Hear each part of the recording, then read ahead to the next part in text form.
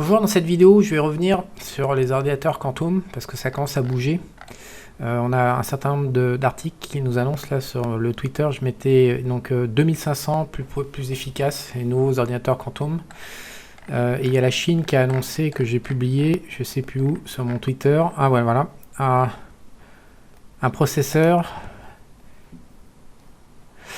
60 000 fois plus rapide que les supercomputers qui existent aujourd'hui. Donc on a pas mal d'articles qui sortent, c'est un petit peu en train de bouger après dans l'ordinateur Quantum. Donc je vous rappelle qu'en 2019, moi c'est un secteur qui m'intéresse, j'ai fait une vidéo de thème pour investir horizon 5 ou 10 ans. Et puis j'avais pris l'intelligence artificielle, la robotisation et puis les ordinateurs Quantum. Donc on va regarder un petit peu où est-ce que ça en est, qu'est-ce que ça donnait en bourse sur les 2 dernières années, cette histoire. En plus on a eu le Covid avec un gros trou dans la tête au milieu. Donc le ETF sur les ordinateurs Quantum, en fait, ils sont en train de vendre la saucisse que ça va tout changer sur la liste des data. Bien sûr, on va pouvoir soigner la veuve et l'orphelin en faisant des meilleurs diagnostics médicaux, la cybersécurité, l'intelligence artificielle, l'apprentissage par les ordinateurs des data, l'analyse de la chimie, de la design de médicaments, l'optimisation de la logistique, les prévisions de météo et blablabla. Le monde va changer, c'est clair, avec ces ordinateurs Quantum qui vont être, je sais pas, 2000, 5000, 10 000 fois, 50 000 fois plus puissants. Donc il y a un ETF qui s'appelle Qtum. Je vais mettre le graphique tout de suite. Qtum, voilà. Donc Qtum, en fait, il a démarré en octobre 2018, il y a 3 ans. Et Qtum, c'est la courbe noire. Et je vous ai mis en superposition la courbe du Nasdaq sur la même période. Donc qu'est-ce qu'on peut voir? On peut voir que Qtum et puis la courbe du Nasdaq, c'est un peu kiff-kiff bourricot pour l'instant. Alors j'étais sur leur site là, la société de gestion qui a lancé Qtum, pour aller voir les principales positions du fonds. Si vous connaissez le marché américain, c'est pas, à part Nvidia, AMD bien sûr, les microprocessing. Moi quelque part, je suis un petit peu dérangé comme ça quand je vois ces 10 premières positions. Je trouve que c'est pas pour moi, cet ETF, je le trouve un petit peu marketing. Et je suis pas surpris en fait qu'il fasse la même perf que le Nasdaq. Tout simplement parce qu'on a des boîtes qui font du microprocesseur, c'est pas du quantum. On n'est pas encore en train de parler d'ordinateur quantique. Donc il n'y a pas encore, à mon avis, de société cotée en bourse suffisante pour créer un ETF pour parier sur le secteur. Donc c'est plutôt une mauvaise idée. Autant en posséder le Nasdaq qui est mieux diversifié que l'ETF pseudo-dédié aux ordinateurs quantiques. Alors ensuite, je reviens à ma deuxième proposition de cette vidéo il y a 2 ans, qui était IRBO, l'intelligence artificielle et robotisation, ETF IRBO, IRBO. Donc si je vais sur le site pour analyser maintenant IRBO par rapport au Nasdaq, pareil, IRBO est en noir et puis le Nasdaq est en bleu. Vous pouvez voir que le Nasdaq fait une performance légèrement supérieure sur la même période, toujours au départ octobre 2018, donc sur 3 ans en fait. Nasdaq parvient à battre IRBO, pas de beaucoup, mais quand même on voit bien qu'il y a une surperformance. Alors si on va étudier les holdings de IRBO, j'ai la même gêne que pour Quantum, donc honnêtement c'est pas une bonne idée ces ETF. On retrouve à nouveau des AMD, des HubSpot, c'est un logiciel d'emailing. On retrouve de Snowflake, on retrouve toutes les valeurs techno un peu traditionnelles. Alors, je suis sûr qu'on va trouver du Nvidia. Un peu d'automation, voilà, un peu de chinois, ça c'est de semi-conducteurs. Ça m'étonne pas que ça merdouille. Semi-conducteurs, Dassault Systèmes, Salesforce, Adobe, voilà.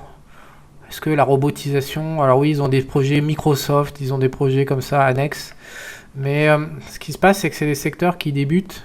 Pour moi, c'est Dropbox, voilà. Est-ce que Dropbox a à voir avec Autodesk? Est-ce que toutes ces entreprises, elles ont à voir avec la robotisation, l'arrivée d'un ordinateur Quantum, une nouvelle vague d'innovation technologique? Peut-être que ça va être des opérateurs dans le futur, mais mon petit doigt me dit pour l'instant que ces ETF, c'était une erreur de faire cette vidéo, parce que ces ETF, en fait, ils sont constitués, c'est du marketing pur, pour essayer de lever de l'argent auprès des investisseurs via un thème, mais en fait le thème, il n'y a pas assez d'entreprises en bourse cotée pour pouvoir décliner vraiment un sous-secteur qui puisse créer de la valeur indépendamment du Nasdaq. Pour l'instant, ça marche pas bien. Bon, le ETF Qtum, c'est pas un échec total, hein. Depuis son lancement, en fait, il fait 116% de gains. Donc ça doit être sur 3 ans, je sais pas combien il y a. Ça a démarré il y a 2-3 ans.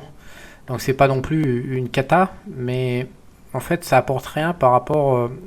Je rappelle qu'il faut toujours comparer l'alpha. L'alpha, c'est ce qui mesure l'écart entre la performance du Nasdaq et puis les idées d'investissement qu'on peut voir à côté. Moi, je comprends pas à quoi ça sert d'investir aujourd'hui son argent dans le quantum sur la promesse de. On voit bien que d'un côté, il y a plein d'articles et que on est en train de bouger fort dans les indicateurs quantum, et de l'autre, on voit que le l'ETF, il rapporte que le Nasdaq, ni plus ni moins. Donc, en étant moins diversifié. Donc, il y a une prise de risque plus forte par rapport à acheter le Nasdaq.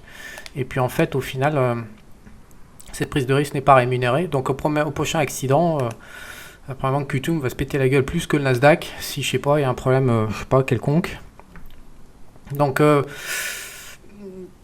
c'est pas une expérience négative, mais c'est pas, ça n'a pas délivré de l'alpha, donc ça vaut rien en fait. En termes d'investissement, ça vaut rien. Donc poubelle. Honnêtement, il y a un meilleur thème que les ordinateurs quantiques, Quantum. Là, vous n'avez pas dû échapper avec le bordel du COP26 et les 400 jets privés de ces majestés qui se déplacent dans le monde pour pouvoir réfléchir à l'avenir du monde. Et à la non-pollution, à la non-net zéro émission de carbone, etc. Et le climat qui va s'écrouler. Passons, c'est pas le débat. Le débat, c'est qu'ils veulent coller 150 000 milliards de dollars d'investissement sur la table, ce qui est monstrueux. Donc je pense que derrière ce projet, ils veulent déglinguer les monnaies.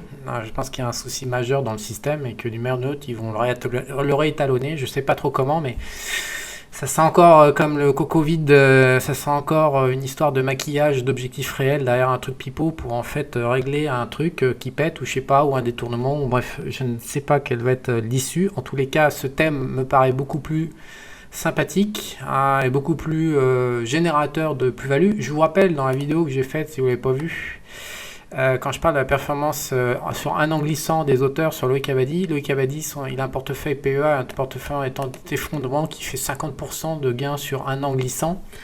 Et dedans, en fait, il y a pas mal de valeurs sur l'or, mais surtout sur le pétrole et l'énergie. Et puis des pays émergents également qui sont un peu mieux gérés que les pays vieillissants dits industrialisés. Et je pense qu'à horizon 2-3 ans, ça coûte beaucoup moins cher. Et probablement que ça gagnera beaucoup plus d'aller suivre Loïc sur ces secteurs-là Pourquoi ? Parce que en fait, moi ça me paraît délirant en fait, le fait de tout électrifier. Pour beaucoup en fait, il n'y a pas d'alternative, c'est pas possible à mettre en œuvre leur délire. Et donc s'ils se plantent ou s'il y a des doutes, ou s'il y a des retards, le sous-investissement dans l'énergie va être tellement énorme par rapport à la demande qu'on va s'étriper pour pouvoir consommer notre pétrole. Donc je pense honnêtement, on risque de me tromper, que Loïc il a un meilleur avenir que les ordinateurs quantiques pour créer de l'alpha en bourse. Pareil, donc je vous mets le lien sous cette vidéo si ça vous intéresse. Honnêtement, Loïc il demande 95 € par an pour suivre tout cet univers de valeurs. Je vous rappelle les perspectives historiques. J'ai fait une courte vidéo d'une minute là pour Twitter que j'ai mis sur YouTube. Je vous rappelle la performance des matières premières. On est qu'en milieu de cycle, donc clairement entre 2021 2022 jusqu'à 2025. Peut-être un peu plus, on ne sait pas ce qui va se passer, mais on est en cycle encore vraiment acheteur pour les matières premières. Donc à côté du cycle technologique, je sais pas trop lequel des deux va faire le mieux, mais les matières premières c'est pas encore fini, loin de là. Et donc il est assez intéressant ce graphique. Et pour finir, parce que j'ai peu le temps, la vidéo d'une minute, vu que Twitter limite à 1 minute la taille des vidéos, donc là je vous le montre ici parce que j'ai vu des commentaires. Il y a une méconnaissance absolue de l'impact de l'inflation sur la valeur des actifs. Donc là je vous compte les cours du pétrole depuis 1945. Ça c'est la valeur brute du pétrole connue de tous, le prix du baril. Donc maintenant on va impacter l'inflation, vous allez voir la gueule de la courbe qui est plus rien à voir. Voilà, on n'est plus du tout en mouvement ascensionnel.